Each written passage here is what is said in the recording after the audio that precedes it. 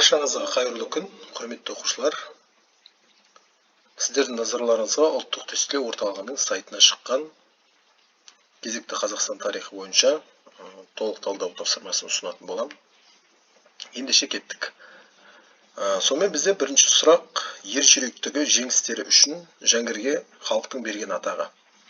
Жалпы енді бұл айтылып тұрған Жәңгір бізде бұл Салқам Жәңгір. Сонымен бірден Салқам Жәңгір деп белгілейміз. Бұл бізде енді базада Есім ханнан кейін билік құрған хан ретінде келіп жүр. 1628, кейбір деректерде 29, содан 1652 жылға дейін билік құрған. Деректерге сәйкес Салқам Жәңгір деген сонымен 1652 жылы кезекті бір жекпе-жекте қайтыс болды деп айтады. Қаза тапқан. Оны өзінен бірнеше есе жас қалмақ батыры жорыққа шақырып, сонымен кезекті бір шайқас үстінде қаза тапты деп түсіндіріледі.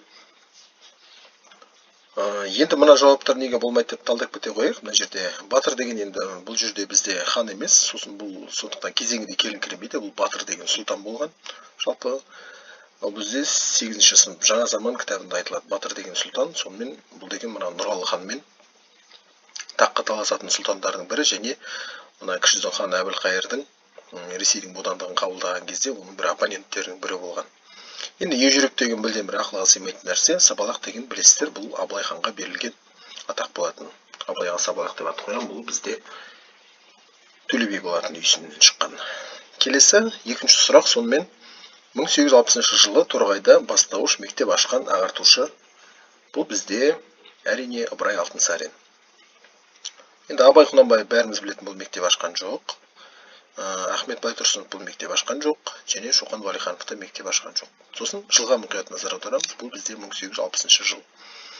Енді мысалы 1860 жыл Абай Құнанбаев тек қана мысалы 15 жаста ма? Мысалы 1845 жыл дүниеге келген. Ахмет Байтұрсынов деген бұл 1873-те дүниеге келген. Шоқан Уәлиханов болса 1835 жылы дүниеге келген болатын. Сондықтан жауап бізде Ыбырай Алтынсарин. Ыбырай Алтынсарин енді ол базада сұрақтарда келіп жүр. Бұл 1841-1889 жылдар аралығында өмір сүрген ағартушы ғалым, педагог. Келесі үшінші сұрақ: замандастары ұлттық манифест деп атаған Міржақып Дулатұлының еңбегі немесе кітабы. Бұл әрине бізде Оян қазақ. Енді мыналардың барлығы да әрине бұл Міржақыптың еңбектері, бірақ осының ішінде енді ұлттық манифест деп бұл тек қана Оян қазақ келетін еді. Бұл енді бізде қазіргі заман тарихына келетін сұрақ.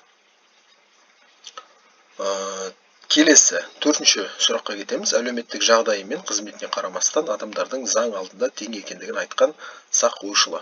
Бұл енді Анахарсис болады.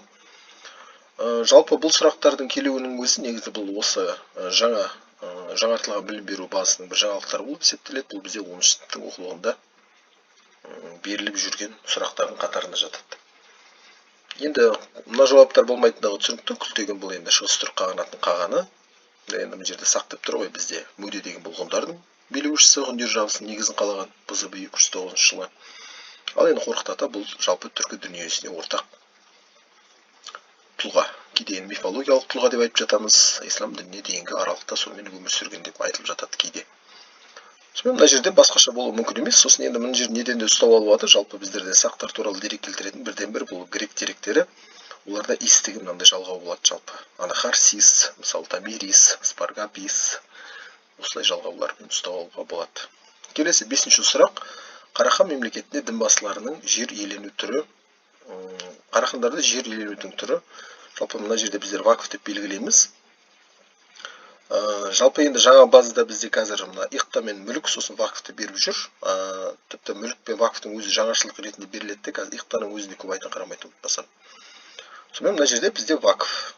Енді мына басқаша қасында мысалы жер болатын болса айтуға болатын еді, кішкене шатыстыруға болатын деген сияқты мысалы. Сонымен дінбасыларға берілген дегеннен кейін біз вакф деп мына жерде белгілейміз. Енді мына жерде Інжу деген мысалы Шыңғыс ханның өзінің балаларына берілген жерлер, ұрпақтарына берілген жерлер ретінде айтылады. Иқта бұл Қарахан мемлекетінде де болды, бірақ бұл әскери қызмет үшін сыйға берілген жер. Мүлікте дәл сол секілді. Келесі 6-шы сұрақ: бұл бізде 16-шы ғасырдың соңғы ширегінде хан сайланған Шығай ханның ұлы. Жалпы енді біздер Шығай ханды айтамыз. Бұл Шығай хан деген кенеттен таққа отыратын еді. Бұл кісі мүлдем таққа отыруы тиіс емес адам ретінде сипатталады негізінен. 1580 жылы мына Хақназар өлтірілгеннен кейін, оны әрине өлтірген Баба Сұлтан болатын, Ташкент қаласының билеушісі. Сөйтіп 1580 жылы жасы енді ұлғайып қалған Шығай ханның отыруына тура келеді. Тарихшылардың айтуы бойынша бұл Шығай деген Жәнібектің Жәдік деген баласынан дүниеге келген деп айтады. Сонымен Жәдік, оның баласы Шығай. Жәдіктің әкесі Жәнібек, Жәдік және Шығай. Шығайдың ұлы, бізде екі ұлы болған тарихта, енді тестте көп келетін, ол Тәуекел және Есім. Мына жерде біздер Тәуекелді белгілейміз. Келесі бізде сұрақ. Әлемдік деңгейдегі ғалым ретінде танылған екінші ұстаз, әрине бұл Әл-Фараби. Басқаша болуы да мүмкін емес. Бірінші ұстаз бұл Аристотель, екінші ұстаз әрине Әл-Фараби. Жауаптар енді бірден келіңкіремейтіндігі бірден көрініп ақ тұр. Келесі, 8-ші сұрақ. Қытайлардың Жетісудан кетуіне себеп болған. Бұл енді бізде мына атлық шайқас туралы сұралып тұр. Мына жерде 5 күнге созылған шайқас деп айтып жүрміз. Сонымен соғыстың соңғы 5-ші күні деп айтады. Қарлықтар деген Қытайлар жағын тастап, керісінше мына түргештер мен арабтардың жағына шығып кетіп, нәтижесінде бұл соғыста Қытайлар жеңілді. Қытайда осы кезде билеп тұрған бұл Таң әулеті болатын.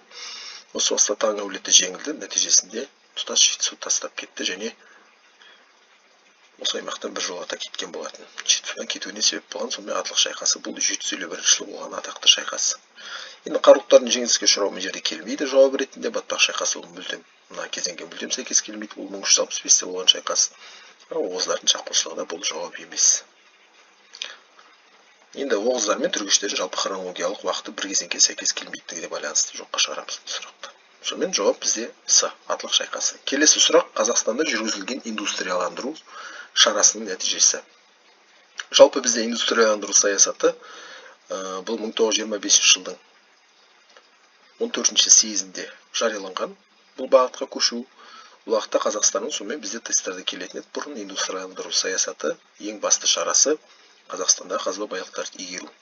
Осы жауаптан ұстап алса да болады, түсті металдардың негізгі өндірушісіне айналған. Осы жерде біздер ана Курнаковтың және Сәтбаевтың экспедицияларын еске аламыз. Мысалы, Курнаков деген орталық Қазақстанның жалпы түсті бағалы металдарға өте бай екендігін айтып кеткен. Мысалы, тұтас металлогенді провинция деп айтатын еді біздің Қазақстанда. Келесі 10-шы сұрақ. Оңтүстік Кавказдағы үстемдік үшін Иранмен әскери қақтығысқа түскен Алтын Орда ханы, бұл әрине бізде Берке. Жалпы бұл соғысты негізі Берке бастайды, кейін Менгу Темір жалғастырады деп келеді. Жалпы бұл енді Кавказдағы соғыс нәтижесінде кейін Беркенің өзі де осы соғыстарда қаза табады. Бұл енді базыда әуелде бар сұрақтардың қатарында.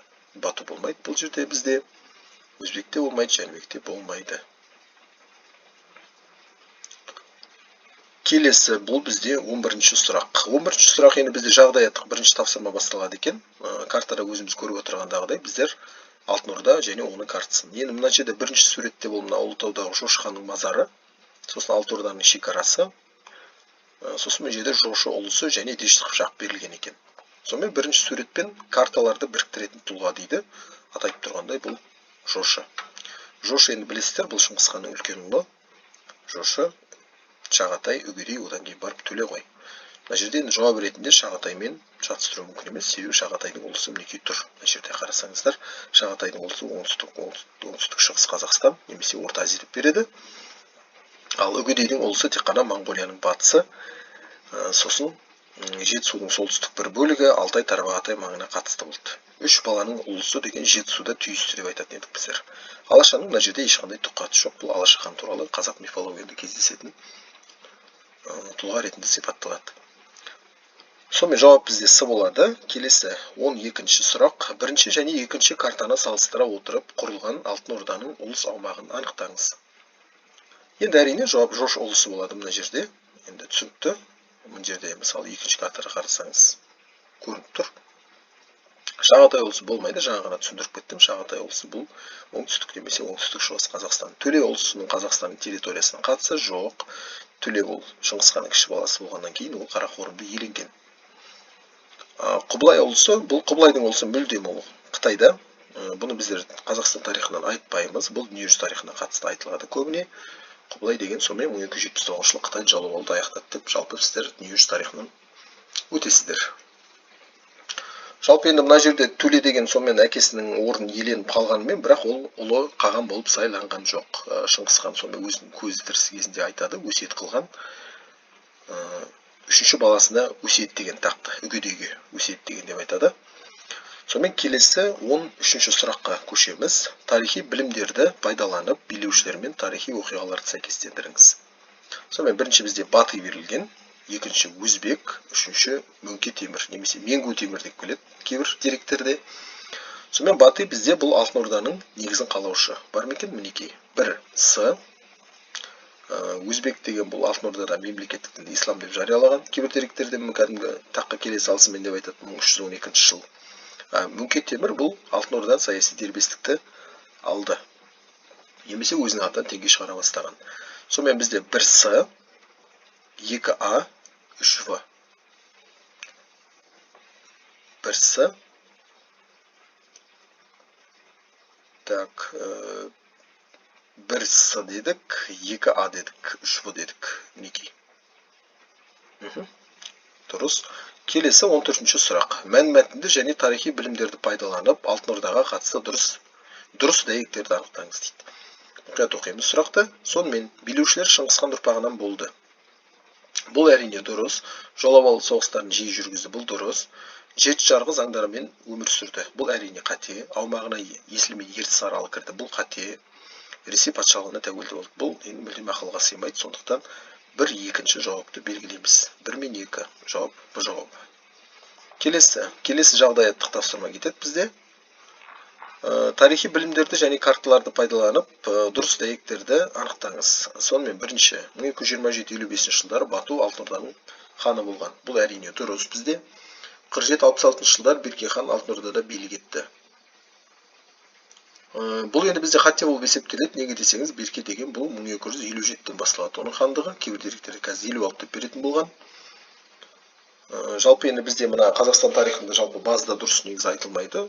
Жалпы Бату өлгеннен кейін негізі оның бір баласы болады, Сартақ болады, одан кейін Ұлақшы деген болады шамалы уақыт, содан кейін барып қана Берке кетеді. Осындай. Бізде негізі базда Бату, одан кейін бірден Берке келе салғандай болып беріледі.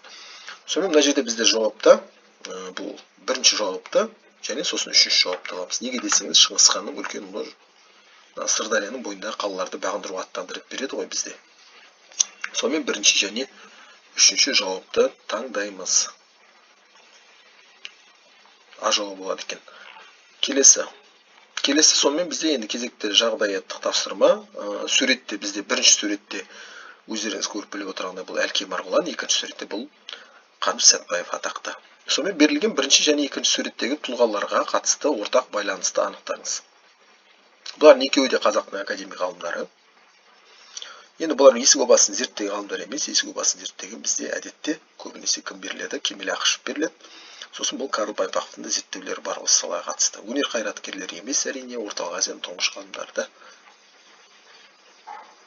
емес деп айтамыз. Келесі 17-ші сұрақ. Екінші суретте берілген тұлғаны анықтау керек. Екінші суретте жаңа айтып кеттім. Бұл Қаныш Имантайұлы Сәтбаев.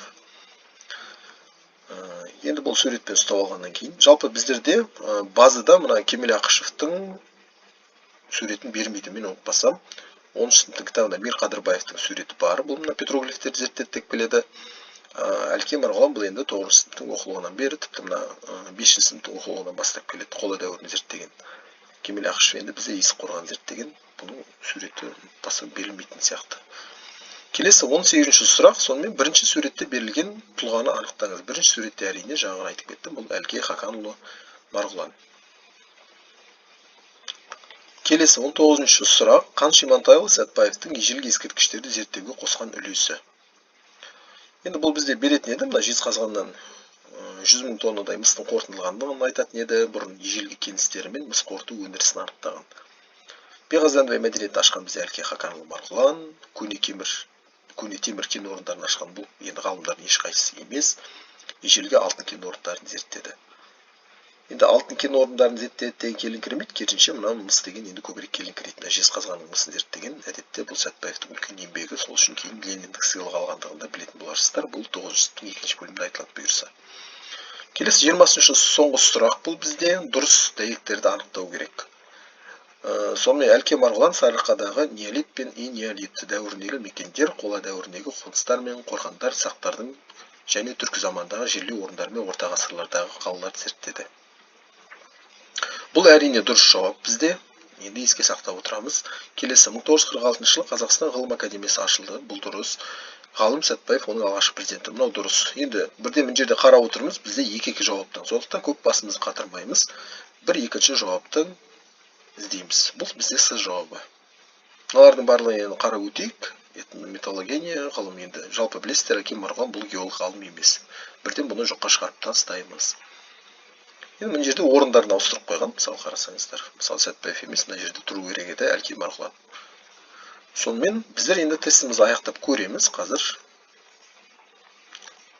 5-ке 6 қосу 11 аяқтау. Мінекей өздеріңіз көріп отырғандағыдай, сонымен барлығы да дұрыс. Тамашалағандарыңызға көп рахмет. Сау болыңыздар.